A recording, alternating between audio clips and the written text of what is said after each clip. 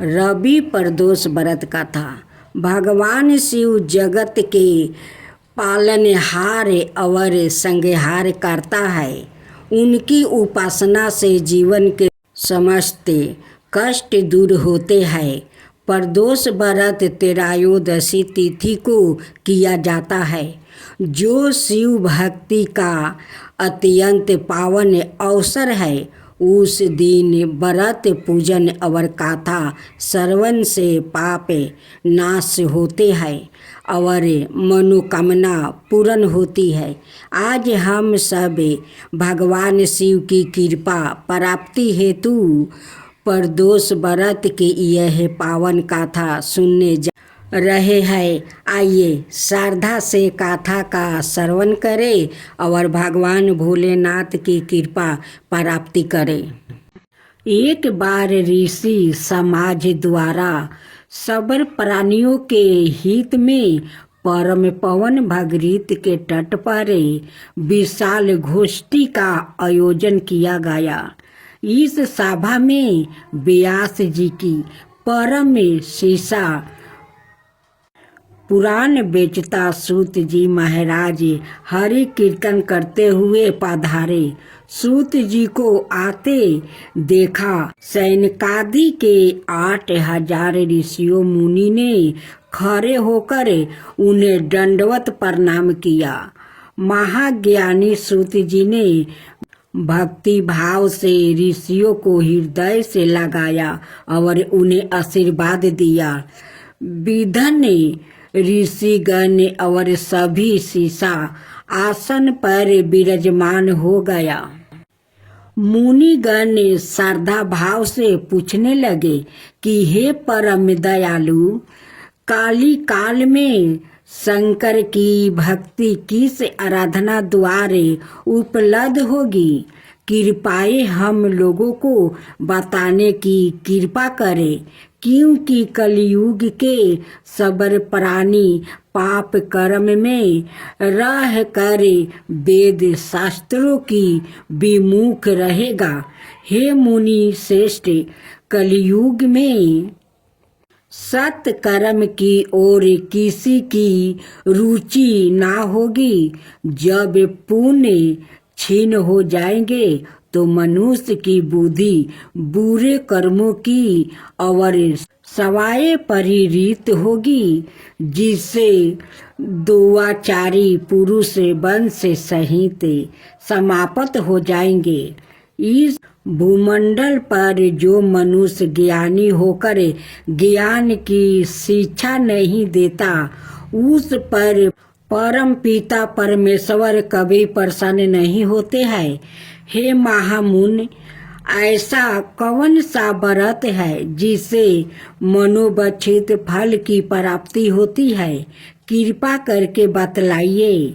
ऐसा सुनकर दयालु हृदय से सूत जी कहने लगे कि श्रेष्ठ मुनि और सैनकादि जी, आप धन्यवाद के पात्र है। आपके विचार सराहनीय है और आप वैष्णवो अग्रणीय है, क्योंकि आपके हृदय में सदा परहित की भावना समाहित है। इसलिए हे सैनकादि ऋषियों, सुनो, मैं उस व्रत के बारे में बताता हूँ जिसे करने से सभी पापों से मुक्ति मिलती है। धन वृद्धि सुख विनाशक सुख प्राप्त करने वाला, संतान देने वाला और मनोवांछित फल की प्राप्ति कराने वाला व्रत होता है।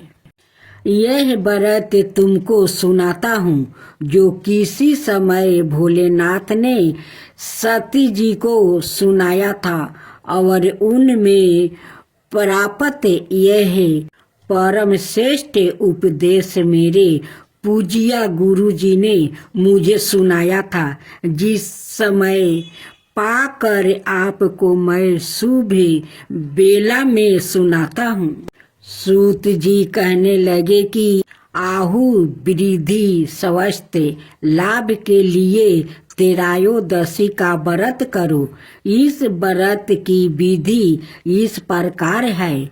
सबसे पहले स्नान करे, निराहार व्रत रहो, शिव जी का ध्यान करो, शिव मंदिर में जाकर भोलेनाथ की पूजा करो। पूजा के बाद अर्ध के पुंड का त्रिपुंड तिलक धारण करे, शिवलिंग पर बेलपत्र चढ़ाए, धूप दीप और अक्षत से पूजा करे, शिव जी को ऋतु फल अर्पित करे।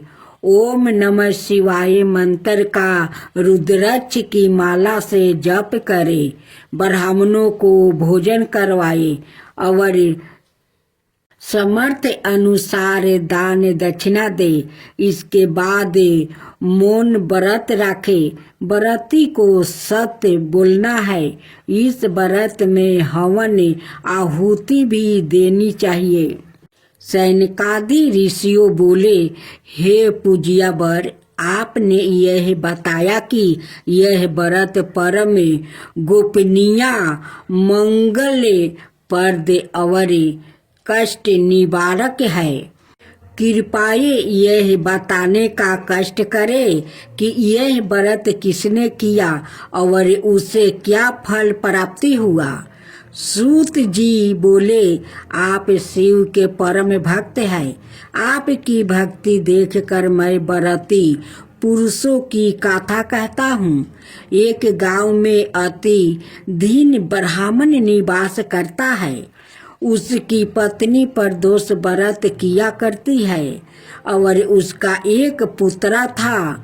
एक बार की बात है कि उसका पुत्र गंगा स्नान करने के लिए गया था। मार्ग में उसे चोर ने घेर लिया और वो कहने लगे कि हम तुझे मारेंगे, नहीं तो तुम अपने पिता का गुप्त धन बतलाओ। बालक दीन भाव से कहने लगा कि हम अत्यंत दुखी दिन है, हमारे पास धन कहाँ है। चोर फिर कहने लगे कि तेरे पास पोटली में क्या बांधा है। बालक ने उत्तर दिया कि मेरी माँ ने मुझे रोटी बनाकर बांध दिया है। दूसरा चोर बोला कि भाई, यह तो अति दीन दुखी हृदय है, इसे छोड़ दो। बालक इतनी बात सुनकर वहां से जाने लगा और एक नगर में पहुंचा। नगर के पास एक बरगद का पेड़ था। बालक थक कर वहां बैठ गया और पेड़ की छाया में सो गया। उस नगर के सिपाही चोर की खोज कर रहे थे और वो बालक के पास आ गया। सिपाही बालक को चोर समझकर राजा के पास ले गया और राजा ने उसे कारावास की आज्ञा दे दिया। उधर बालक की माँ शंकर जी का प्रदोष व्रत कर रही थी। उसी रात राजा को सपने आया कि यह बालक चोर नहीं है, सुबह होते ही छोड़ दो, नहीं तो आपका राज्य वैभव जल्द ही नष्ट हो जाएगा। रात समाप्त होने पर राजा ने उस बालक से पूरी कहानी पूछी और बालक ने सारी कहानी बताई। बालक की बात सुनकर राजा ने सिपाही को भेजकर माता पिता को बुलवा लिया। राजा ने जब उन्हें भयभीत देखा तो कहा कि तुम चिंता मत करो, तुम्हारा बालक निर्दोष है। हम तुम्हारी दरिद्रता देखकर 5 गांव दान में देते हैं। शिव की दया से ब्राह्मण परिवार अब सुखी रहने लगा। इस प्रकार से जो कोई इस व्रत को करता है उसे आनंद की प्राप्ति होती है। अब सूर्य भगवान और बुढ़िया माई की कथा। प्राचीन काल में एक बुढ़िया माई रहती है। वो नियमित रूप से रविवार का व्रत कर लेती है। रविवार के दिन सूर्योदय से पहले उठकर बुढ़िया माई स्नादि से निमृत हो जाती है। आंगन को गोबर से लीप कर स्वच्छ कर लेती है। उसके बाद सूर्य भगवान की पूजा करते हुए रविवार का व्रत कथा सुनकर सूर्य भगवान का भोग लगाकर दिन में एक समय भोजन कर लेती है।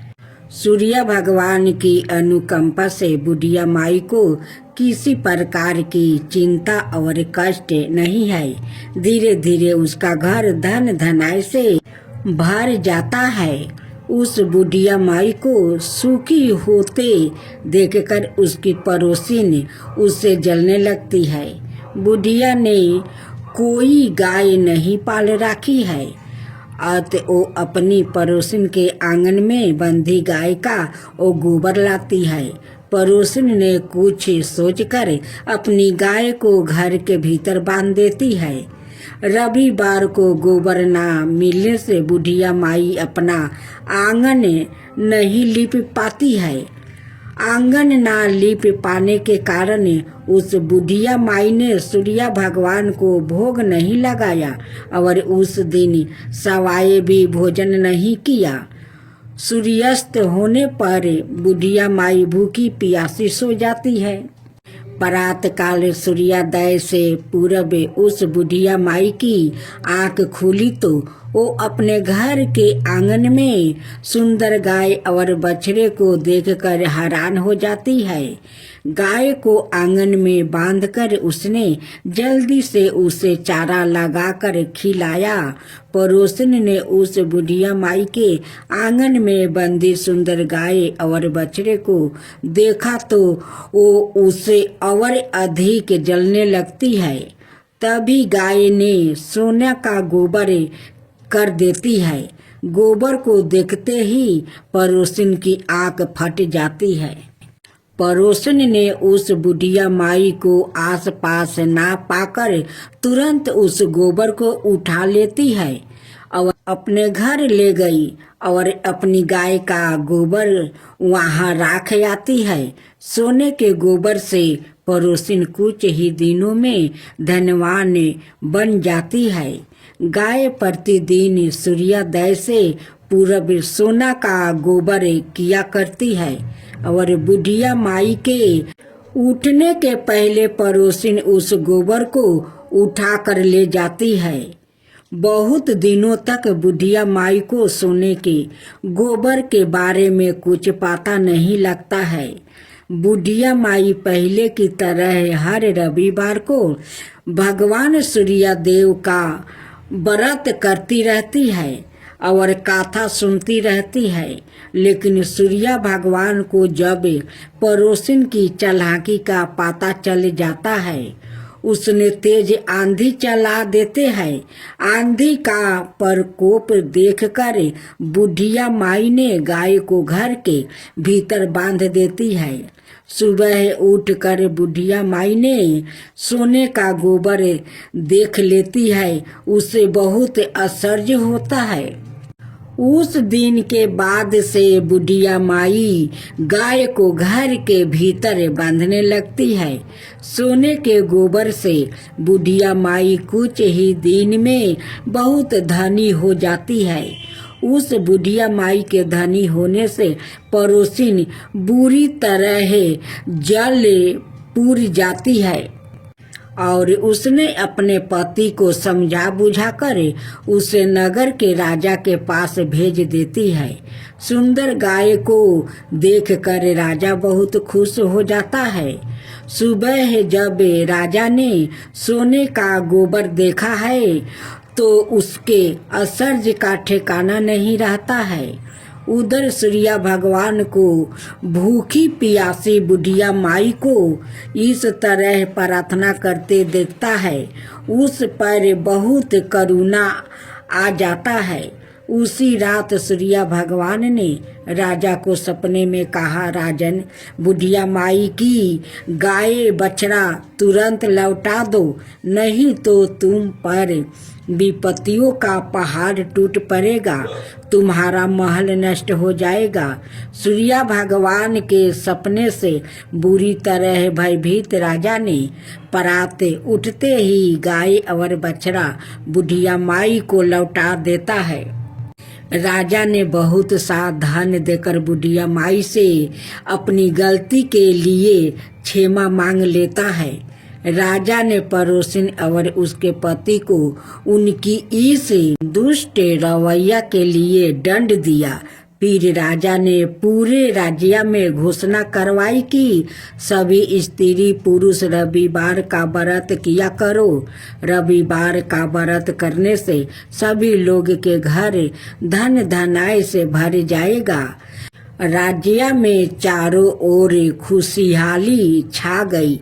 स्त्री पुरुष सुखी जीवन बिताने लगे और सभी लोग के शारीरिक कष्ट भी दूर हो गया। इस प्रकार रवि प्रदोष व्रत की यह पावन कथा हमें यह सिखाती है कि श्रद्धा भक्ति और नियम पूर्वक व्रत करने से भगवान शिव की कृपा प्राप्ति होती है। जो भी भक्त इस व्रत को श्रद्धा से करता है उसके सभी दुख दूर होते हैं और जीवन में सुख शांति और समृद्धि आती है। हम सभी भगवान शिव से प्रार्थना करते हैं कि वो अपनी कृपा बनाए रखे और हम सभी के जीवन में उजाला भरे। हर हर महादेव, हर हर महादेव।